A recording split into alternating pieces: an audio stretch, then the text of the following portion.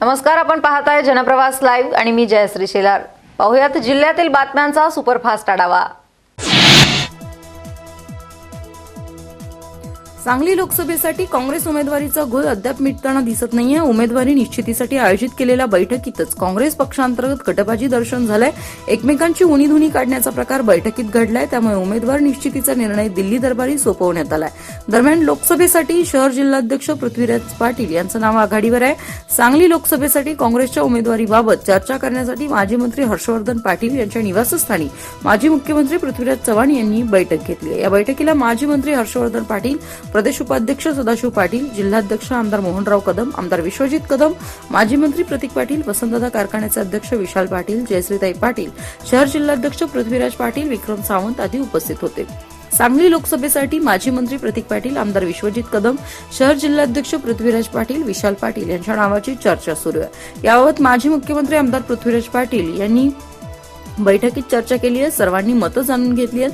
मात्र या बैठकीत विधान परिषद व महापालिकेच्या निवडणुकीत घडलेल्या प्रकाराची उणीधुणी काढण्यात आली आहे. त्यामुळे पक्षांतर्गत असलेली गटबाजी चव्हाट्यावर आली आहे. लोकसभेसाठी पक्षाच्या बैठकीत शहर जिल्हाध्यक्ष पृथ्वीराज पाटील व विशाल पाटील यांच्या नावाची चर्चा झाली आहे. लोकसभेची उमेदवारी ही दादा घराण्याकडे असते. त्यामुळे विशाल पाटील यांनी निवडणुकीत उतरावं अशी मागणी अनेकांनी केली आहे. मात्र विशाल पाटील यांनी मी इच्छुक नसल्याचं स्पष्ट केलंय. दुसरीकडे आमदार विश्वजित कदम यांनी देखील इच्छुक नसल्याचं जाहीर केलंय. एकाच्या नावावर एकमत न झाल्यानं सांगली लोकसभा निवडणुकीतील उमेदवारीचा फैसला दिल्ली दरबारी सोपवण्यात आलेला आहे. पृथ्वीराज चव्हाण यांनी पक्षातील गटबाजी संपवावी व लोकसभेसाठी सर्वांनी एकत्र येऊन काम करावं असं आवाहन केलंय. पक्ष देईल त्या उमेदवाराचा प्रचार सर्वांनी एकसंघपणे करावा अशा सूचना माजी मुख्यमंत्री चव्हाण यांनी केलेल्या आहेत. वर्ष संपत आलं तर महापालिकेनं दिव्यांगांचा निधी खर्च न केल्यानं प्रहार संघटनेच्या वतीनं दिव्यांगांनी महापालिकेवर 5 तास आंदोलन केलंय. आयुक्तांनी निवेदन स्वीकारण्यास नकार दिल्यानंतर संघटना आक्रमक झाली आहे. त्यांनी महापालिकेला टाळं ठोकून रास्ता रोको आंदोलन केलंय. तर आयुक्तांच्या विरोधात जोरदार घोषणाबाजी करण्यात आली आहे. अखेर आयुक्तांनी आंदोलकांची भेट घेऊन 31 मार्चपर्यंत पैसे वर्ग करण्याची ग्वाही दिल्यानंतर आंदोलन स्थगित करण्यात आलंय. महापालिका दिव्यांगांवर बजेटच्या 3% निधी खर्च केला जातो. यावर्षीपासून 5% निधी खर्च करण्याचे शासनाचे आदेश आहेत. मात्र महानगरपालिका प्रशासनाने अद्याप अपंगांच्या खात्यावर निधी वर्ग केला नाही. यासाठी प्रहार संघटनेनं महापालिकेवर धडक मारली आहे. आंदोलकांनी गाजरं दाखवून प्रशासन व आयुक्तांच्या विरोधात घोषणाबाजी केली आहे. आयुक्तांनी चर्चा करण्यासाठी खाली यावं अशी मागणी केली आहे. मात्र आयुक्तांनी खाली येण्यास नकार दिलाय. त्यामुळे आंदोलकांनी महापालिकेला टाळं ठोकलंय. तर महापालिकेसमोरच्या रस्त्यावर रास्ता रोको केलाय. दिव्यांग रस्त्यावर झोपल्यानं तिन्ही बाजूनी येणारी वाहतूक ठप्प झाली. याच वेळी महापौर संगीता खोत यांची गाडी तेथे आली. आंदोलकांनी त्यांचीही गाडी अडवली. प्रसंग ओळखून महापौर खोत खाली उतरल्या. त्यांनी आंदोलकांची बाजू ऐकून घेत असतानाच त्यावेळी उपमहापौर धीरज सूर्यवंशी यांनीही आंदोलकांना आत येऊन चर्चा करण्याचं आवाहन केलं होतं. तर उपायुक्त श्रुती पाटील यांनीही त्यांना चर्चेसाठी येण्याची विनंती केली. मात्र आंदोलक आयुक्तांना समोर बोलवण्यावर ठाम राहिले. प्रशासन चोर आहे, आयुक्तांवर गुन्हा दाखल करा अशा घोषणाबाजी आंदोलकांनी यावेळी केल्या. आयुक्तांच्या नावाने केला. अखेर सायंकाळी 4 वाजता आयुक्त दिव्यांगांना भेटले. दिव्यांगांचं म्हणणं ऐकून घेतलं. आयुक्त म्हणाले, महापालिकेने दिव्यांगांसाठी आर्थिक तरतूद केली आहे. त्यानुसार 31 मार्चपर्यंत संबंधितांच्या खात्यावर रक्कम वर्ग केली जाईल अशी ग्वाही दिल्यानंतर आंदोलन स्थगित करण्यात आलं. हातकणंगले लोकसभा मतदारसंघातून मागील 3 वर्षांपासून निवडणुकीची तयारी केलेली आहे. भाजप सेनेची युती झाल्यानं ती जागा सेनेकडे जातीये. मात्र निवडणुकीत तुल्यबळ लढत होऊन ती जिंकण्यासाठी हातकणंगले मतदारसंघ रयत क्रांती संघटनेला देण्यात यावी अशी मागणी मुख्यमंत्र्यांकडे करणार असल्याचं कृषी व पाणीपुरवठा राज्यमंत्री व रयत क्रांती संघटनेचे संस्थापक अध्यक्ष सदाभाऊ खोत यांनी सांगितलंय. प्रसंगी हातकणंगलेची जागा सेनेकडे राहिली आणि मुख्यमंत्री देवेंद्र फडणवीस यांनी आदेश दिल्यास सेनेचाच प्रचार केला जाईल असंही त्यांनी स्पष्ट केलंय. जिल्हाधिकारी कार्यालयात मावळते जिल्हाधिकारी विजयकांत पाटील यांचा निरोप समारंभ कार्यक्रमासाठी आले असता मंत्री खोत पत्रकारांशी बोलत होते. लोकसभा निवडणूक अवघ्या महिन्यांवर आलेली आहे. त्यामुळे राजकीय पक्षांकडून निवडणुकीची तयारी सुरू झाली आहे. निवडणुकीच्या तोंडावर भाजप आणि शिवसेना यांची युती झाली आहे. दोन्ही पक्ष एकत्र आल्यामुळे जागा वाटप होईल. राज्य सरकारमध्ये भाजपचे घटक पक्ष असलेल्या पक्षांनी लोकसभेची जागा मिळवली अशी अपेक्षा व्यक्त केली आहे. आमचा घरचा मतदारसंघ असलेल्या हातकणंगले लोकसभेची जागा रयत क्रांती संघटना मिळावी अशी मागणी मुख्यमंत्री मुख्यमंत्री देवेंद्र फडणवीस यांच्याकडे करणार आहे. या मतदारसंघात एका संघटनेची दुसऱ्या संघटनेबरोबर तुल्यबळ लढत होऊन ती जिंकायची असेल तर रयत क्रांती संघटनाला जागा मिळायला हवी हे पटवून देऊ. युतीमध्ये लोकसभेची जागा वाटप करताना हातकणंगलेच्या जागेचा विचार रयत क्रांतीसाठी व्हावा याबाबत ठाम आहे. परंतु ती जागा सेनेनं लढवायचा निर्णय घेतला तर आणि मुख्यमंत्र्यांनी तसे आदेश दिल्यास त्याचा प्रचार करून जागा निवडून आणू असंही मंत्री खोत यांनी सांगितलंय. नाशिक, पुणे आणि मुंबईनंतर वाहन पेटवून देण्याचं लोण आता सांगलीपर्यंत आलेलं आहे. सांगलीतील हनुमान नगर येथे संतोष मादी यांची वॅगनर कार मध्यरात्री अज्ञात व्यक्तीनं पेटवून दिली आहे. गाडी पेटल्याचा आवाज शेजाऱ्यांना आल्यानंतर शेजाऱ्यांना संतोष मादी यांना उठवून आग विझवल्यानं मोठी हानी टळली आहे. मात्र आगीमध्ये गाडीचं मोठ्या प्रमाणावर नुकसान झालेलं आहे. या प्रकरणी सांगली शहर पोलीस ठाण्यात अज्ञात व्यक्तीविरोधात गुन्हा दाखल करण्यात आलाय.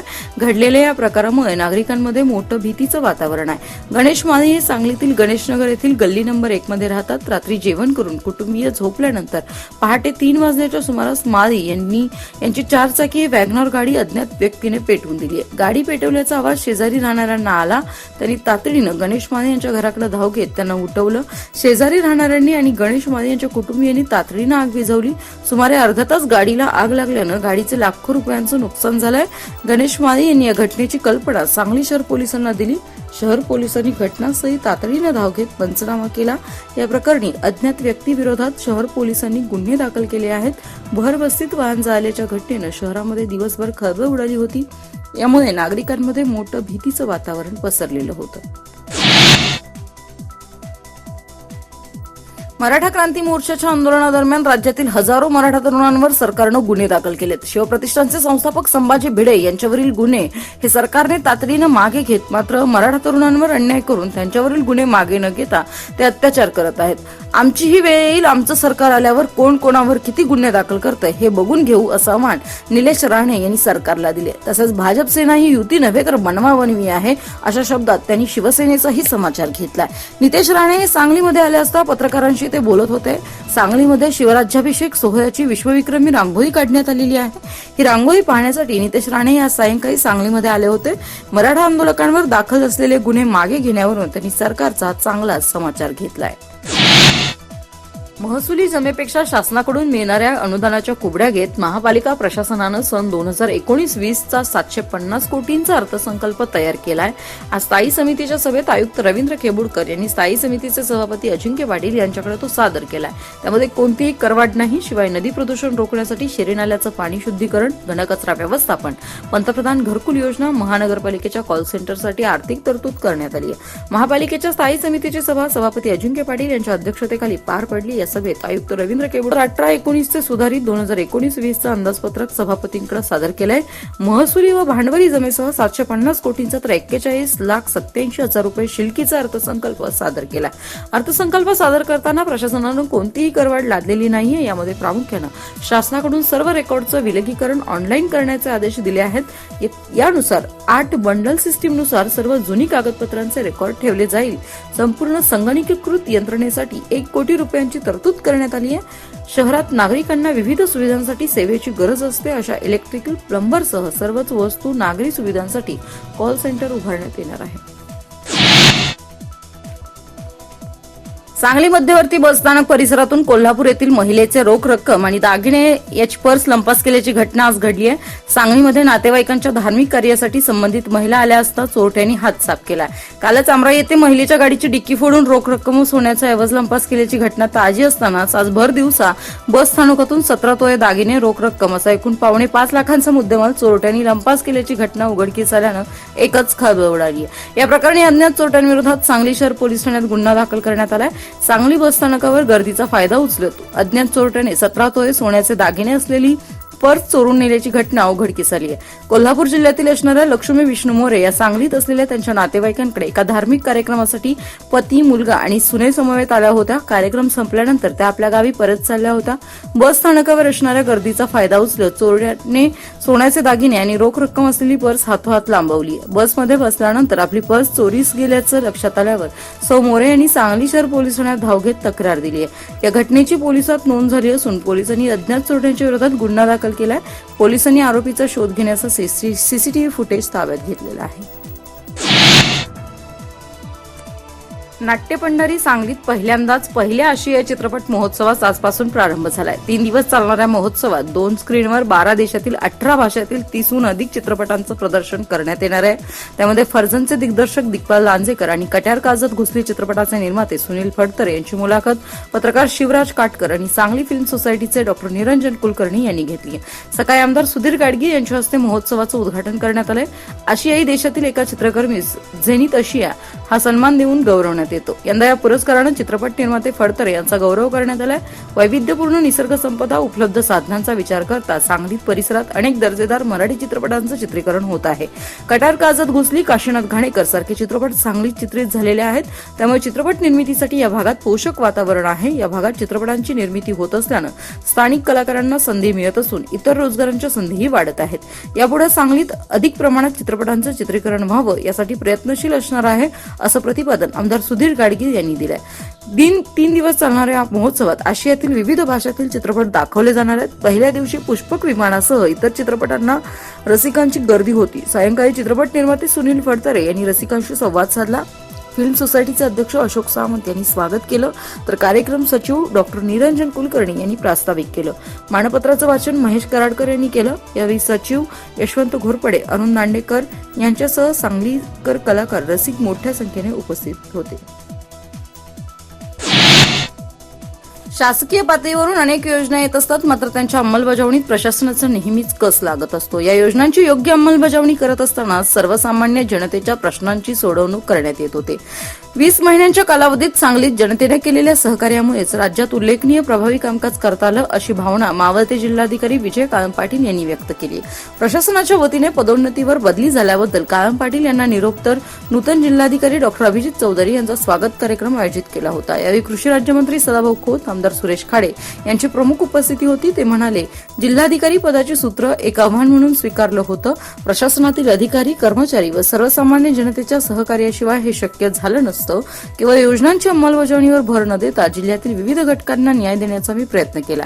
कृषी राज्यमंत्री सदाभाऊ खोत म्हणाले, कोणतंही निमंत्रण नसतानाही जिल्हाधिकारी काळम पाटील यांना निरोप देण्यासाठी आलो. यातून त्यांच्या प्रतीच्या भावना दिसत आहेत. त्यांच्या 20 महिन्यांच्या कालावधीत कोणताही संघर्ष न होता काम करता आलं. लोकप्रतिनिधी म्हणून सुचवलेली लोकोपयोगी कामही त्यांनी अत्यंत प्रभावीपणे केली. यावेळी निवासी उपजिल्हाधिकारी डॉक्टर विजय देशमुख, उपजिल्हा निवडणूक अधिकारी मिनाज मुल्ला, उपजिल्हाधिकारी विजय यादव, कर्मचारी संघटनेचे राजू कदम, तलाठी संघाचे जिल्हाध्यक्ष विजय तोडकर हेही उपस्थित होते. महापालिका, नगरपालिका व नगरपंचायत क्षेत्रातील मतदारांवर नजर ठेवत राष्ट्रवादी काँग्रेसनं राष्ट्रवादी अर्बन सेलची स्थापना केली आहे. या सेलच्या माध्यमातून शहराच्या विकासाची संकल्पना मांडण्यात येते.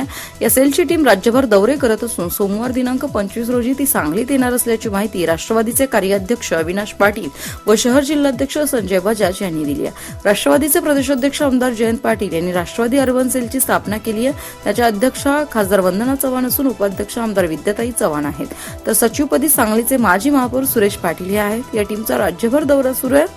रविवार दिनांक 24 रोजी ही टीम कोल्हापुरात, दिनांक 25 रोजी सांगली, तर दिनांक 26 रोजी सातारा जिल्हा दौऱ्यावर येणार आहे. सांगलीत सोमवारी सकाळी 12 वाजता राजमती भवन येथे बैठक होणार आहे. या बैठकीला महापालिका, नगरपालिका, नगरपंचायतीचे पदाधिकारी, नगरसेवक, माजी नगरसेवक, पराभूत उमेदवार व पक्षाच्या सर्व पदाधिकाऱ्यांना निमंत्रित केलेलं आहे. सायंकाळी 6 वाजता डॉक्टर, वकील, इंजिनियर, वृक्षप्रेमी संघटना, स्वयंसेवी संघटनेच्या प्रतिनिधींशी ही टीम चर्चा करणार आहे. शहरातील मतदारांवर राष्ट्रवादीने नजर ठेवली आहे. त्या दृष्टीने शहराच्या विकासाचा आराखडा कसा असावा, समस्या काय आहेत याबाबत मार्गदर्शन व सूचनांचा विचार घेण्यात येणार असल्याचं बजाज यांनी सांगितले. सांगलीमध्ये आज दलित महासंघाच्या वतीनं राजकीय परिषदेचं आयोजन दीनानाथ मंगेशकर नाट्यगृहामध्ये करण्यात आलं होतं. या परिषदेमध्ये वंचितांतली वंचित असणाऱ्या घटकाला न्याय देण्याची भूमिका आगामी निवडणुकांमध्ये केली जाईल, अशी घोषणा दलित महासंघाचे संस्थापक मच्छिंद्र सकटे यांनी केली आहे. यावेळी दलित महासंघाचे पश्चिम महाराष्ट्राचे कार्याध्यक्ष सतीश मोहिते आणि युवा नेते सचिन जाधव हे उपस्थित होते. दलित महासंघाच्या वतीने आज आगामी लोकसभा आणि विधानसभा निवडणुकीमध्ये पक्षाची भूमिका काय असणार यासाठी राजकीय परिषदेचं आयोजन करण्यात आलं होतं. लोकसभा निवडणुकीमध्ये कोणाशी युती न करता स्वबळावर लढण्याचे संकेत संस्थापक अध्यक्ष मच्छिंद्र सकटे यांनी दिलेत. दलित महासंघाचे पश्चिम महाराष्ट्राचे कार्याध्यक्ष सतीश मोहिते आणि युवा नेते सचिन जाधव यांनी या परिषदेचं आयोजन केलेलं होतं. इथून पुढे सर्व जिल्ह्यात राजकीय परिषद घेऊन वंचितातली वंचित घटकांना एकत्रित करून त्यांना निवडणुकीमध्ये न्याय देणार असल्याचंही सकटे यांनी सांगितलं. ते म्हणाले, राजकीय परिषदेच्या माध्यमातून आम्ही एक चर्चेचा विषय ठेवलेला आहे की प्रत्येक निवडणुकीमध्ये दलित, कष्टकरी, शेतकरी, बहुजनांना प्रत्येक निवडणुकीत बसवलं जातं, कोणतेही आमिष दाखवलं जातं आणि त्याच राजकारणामुळे बळी दिला जातो. इथून पुढे या सर्वांना एकत्र करून सावध भूमिका घेऊन आपलं कोण आहे, परक कोण आहे हे एक विचाराने ठरवून पुढील निर्णय घेतला जाईल. त्या दृष्टीने दलित महासंघानं चाचपणी करून भूमिका घेण्याचं ठरवलं आहे. कोणत्याही भावनेच्या आहारी न जाता कोणाला तरी मुख्यमंत्री करायचं या भावनेच्या आहारी जाणार नाही. सर्व राजकीय बाबींचा विचार करून पुढील भूमिका ठरवणार असल्याचं त्यांनी सांगितलेलं आहे.